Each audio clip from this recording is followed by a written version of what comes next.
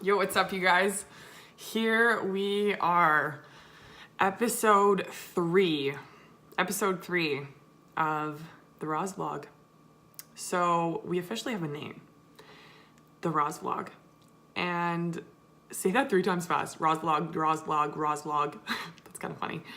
All right.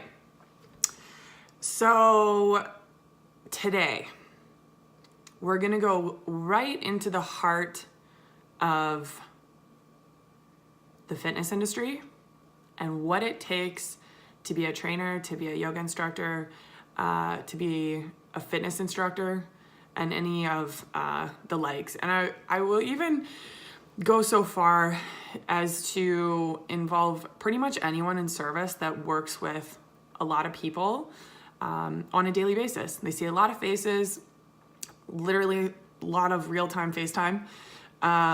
And the one thing about this Roz Vlog, I'm super stoked on the name, is I want to give you guys like the realest Dlist shit.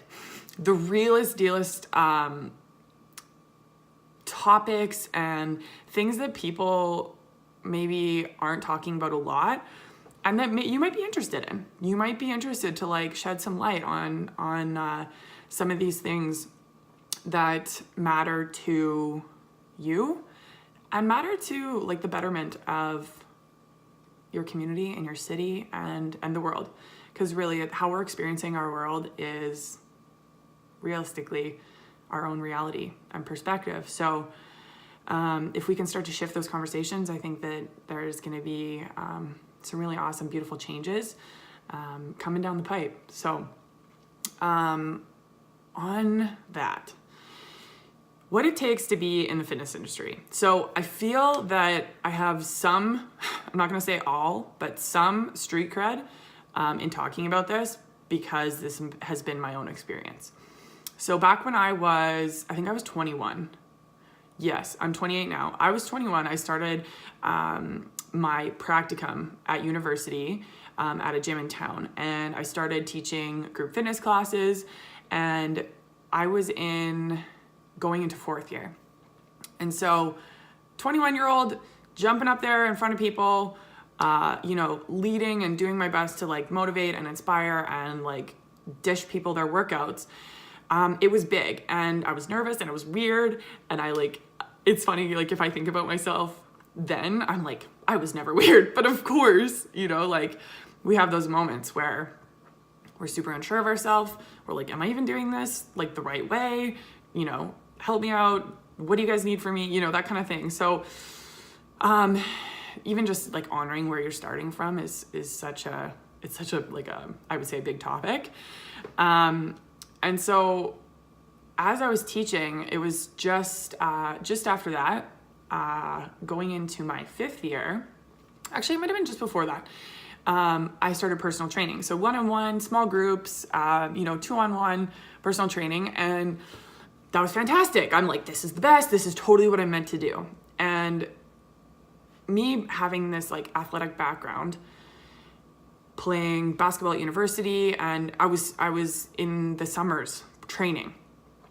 And sorry, I'm jumping around a little bit, but in the summers I was training and teaching classes. And then through basketball in school, I didn't always have so much time. So I put that on pause, but it was like, as soon as summer was on, let's do it. So diving into like really the heart of how real this industry is I was always told, if you want to make millions, you're in the wrong industry. And I'm like, okay, well, I fucking love this. So I guess I'm not going to make millions.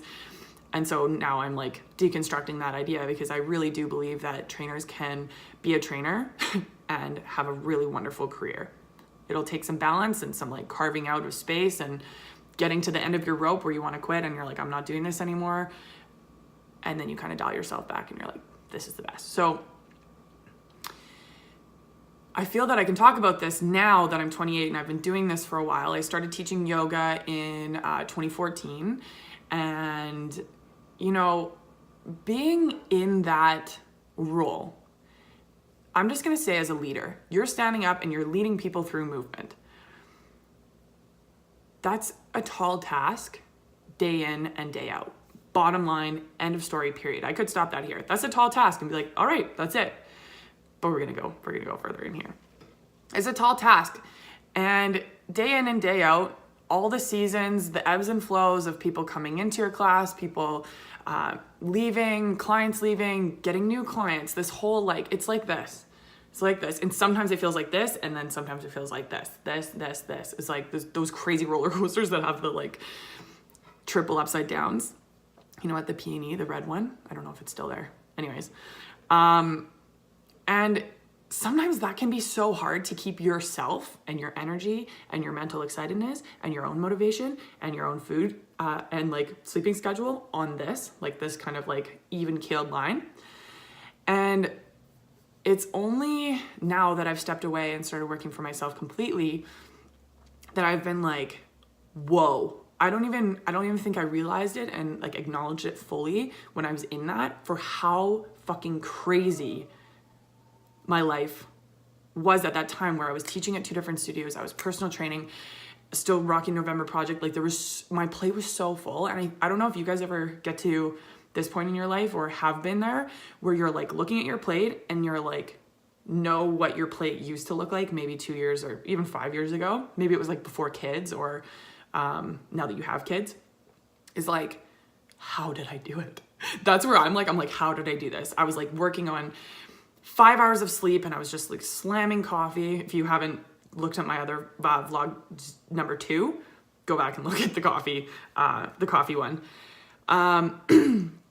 But it was just like, you're just fast and furious and you're in it. You're in it and you are constantly regenerating yourself. And this has been something that I've, shared with Grant just in like getting to know each other in the beginning of our relationship. Even now, like as we live together and do that life thing, is like really trying to explain what it takes to stand up day in and day out and teach classes and personal train. And really there is this like constant regeneration of self to put yourself out there and pull out the most from the people that are there to take your class or to personal train with you, and that are paying you really great money to either you or to the business that you're working in order to have that experience. And I take a lot of pride in giving the best experience and really trying to put my personal life, like my outside life, aside and just being right there, super laser focused for that 1 hour or 2 back-to-back hours or whatever it is. Always got to space out your day. Side note, if you're listening to this and you don't space out your day, space out your day. So important.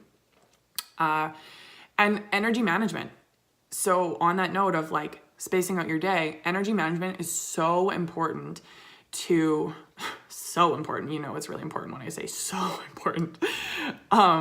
It's so important to still maintain your own sense of self, and that you're not just like running through the gauntlet, teaching classes and being like, okay, one thing to the next and come see me and here we are and do that whole thing, because I've done that. And I still am like inviting people on my Instagram, come to November Project, what's up? You want to train with me? Here we are. This is what you do. And sometimes it can be tiring. It can be so tiring to be like dealing with people's excuses and like hearing about everyone's things that are going on. And that's not meant to be insensitive or like complain at all. That's just like a reality of what the job entails.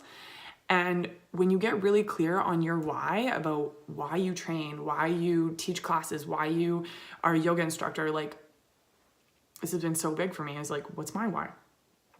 And my why has always been about the people. And my why is getting newly carved out. And I feel like it's bigger than just the people that I see day in and day out. And coming back to your why keeps you really clear on how you are in those classes, how you can put aside your own agenda.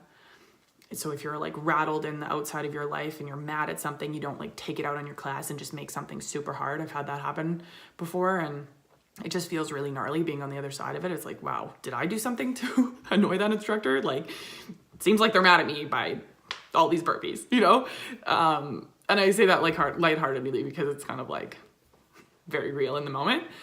But yeah, like I just want people to see this, whether you are a trainer or instructor, or you attend classes at a studio, or even if you go to like a gym and you go to classes and you see trainers around, just to give you some insight that sometimes this job is really hard because of the people aspect. It's the most important part because of the people, but it's also sometimes the hardest because you're hearing so much from, people's lives, and it's real.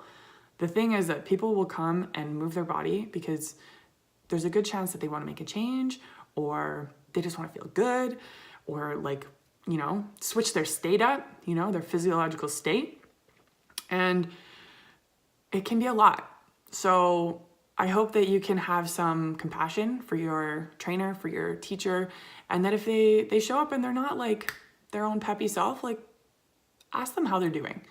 Ask them, what's up? Y'all good? Give them a hug. I love hugs. Some people don't love hugs, but just say what's up. And I know that in moments where I've felt like just low and like, I don't feel like I can motivate anybody, I'm not motivated, and have this whole story around it, it's felt so good to just have a hug from a client and be like, hey, thanks for just, letting me have this day, and knowing that we both showed up here together and did our best with what we had that day. So peace and love.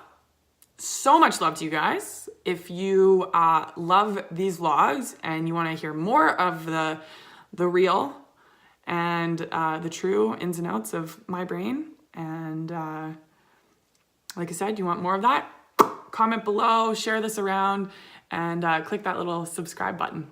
Have a wonderful day, you guys.